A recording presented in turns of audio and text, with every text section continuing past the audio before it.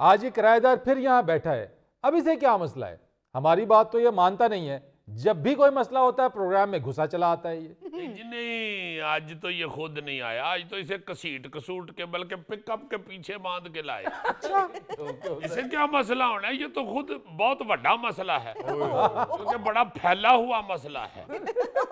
इस बार तो इसने हद ही कर दी है, उस बेचारे मालिक मकान को एक केस में फंसवा दिया है और स्यापा डाल दिया उसको इसने। अब ऐसा क्या हो गया? मैं बताता हूँ फरीद साहब, इसने मेरी इज्जत रोल के रख दी है। मैं मोहल्ले में किसी को मुंह दिखाने जोगा नहीं रहा। आज ये मसला यहाँ पे खत्म करके जाऊंगा। हाँ जी, इसने अपनी इज्जत के बैनर लगवाए हुए थे मोहल्ले में, जो मैंने उतरवा के फेंक दिए हैं। अब मर्द बनो मर्द बनो, वो सिद्धू मूसेवाले का गाना नहीं सुने हैं? मुसीबत ते मर्दा उत्ते पैंदी रहंदी या। दिल तो मेरा बड़ा करता है कि मैं तुझे सिद्धू मूसेवाले की मुलाकात के लिए रवाना कर दूं। और मुसीबत और अजाब में बड़ा फर्क होता है। तू मेरे लिए अजाब है, अजाब।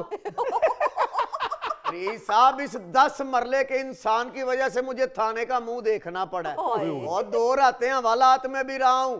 मेरा लाखों का नुकसान हुआ है फरीद साहब।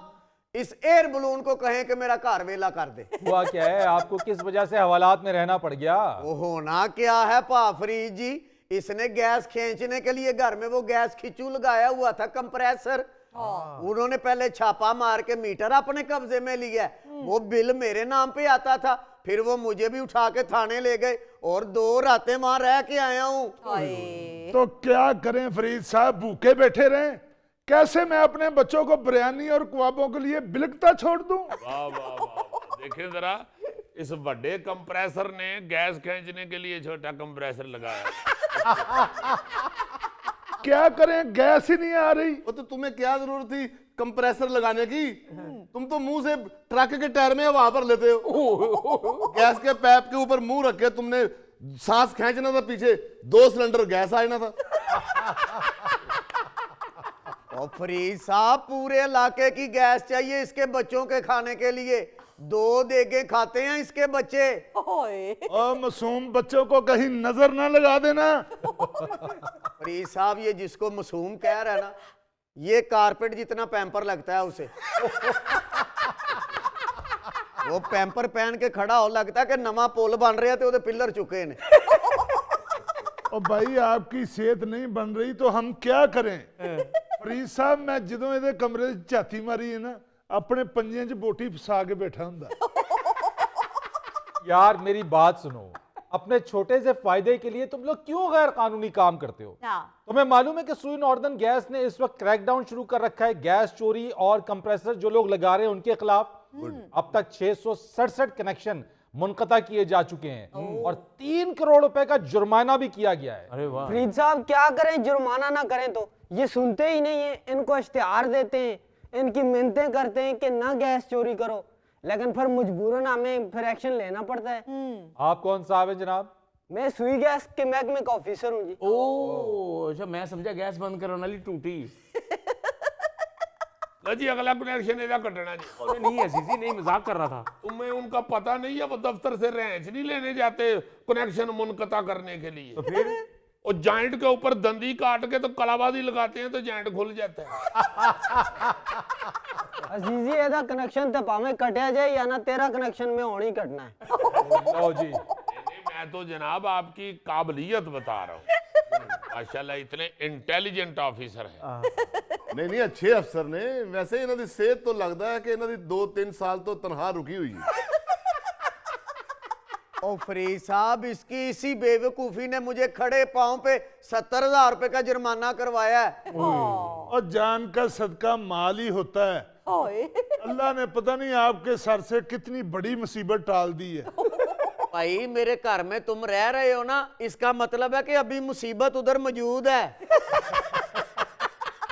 फरीद साहब, इसको बोले जो मैंने 70,000 रुपया जुर्माना भरा वो और पिछले माह का किराया अभी के अभी मुझे अदा करे, नहीं तो मेरा घर फारग कर दे भाई। ओए, अब चीखे मार रहे हो। फरीद साहब, इससे पूछें कि मैंने इससे पहले पूछ के गैस खिंचू लगाया था, इसने क्या लगा लो मेरे वाले पोर्शन में भी गैस आएगी। ओ जनाब, मैंने तो इसको इसलिए कहा कि लगा लो, ये जो साहब बैठे हुए हैं ये कहता मेरे रिश्तेदार हैं। मुझे बाद में पता चला कि ये इसके गांव के हैं। इस साहब के यहाँ घर में कोई शादी थी, इसने अपने मेहमान इसके घर में ठहराए हैं, इसने उनसे किराया मांग लिया, इसने गुस्से में आके इसके घर पे छापा डाल दिया। और भाई मैंने आपका ही फायदा सोचा, मैंने उससे किराया लेके आपको ही देना था। देख ले, आपके सामने 2 नंबरी कर रहा है और आपके बाद क्या क्या करता होगा। फरीद साहब, ऐसे इसने मुझे कहा था कि मालिक मकान किराया मांग रहा है। अब मुझे ये पता नहीं कि इसने किराया लेके खुद रखना है या मालिक मकान को देना है। तो आपने इस गुस्से में छापा मारा है और उनका गैस का मीटर उतार कर ले गए? तो नहीं जी, मेहमान तो वैसे बहाना ही था, वो भी मेरे साथ वाले गैस के मुलाजिम थे। मैंने इसके घर चेक करना था कि इसने कंप्रेसर लगाया है या नहीं। मैं अपने उस मिशन में कामयाब हो गया। इसने कंप्रेसर लगाया हुआ था, मैंने पकड़ लिया वो, फिर मैंने इस पे छापा डाल दिया वहां पे।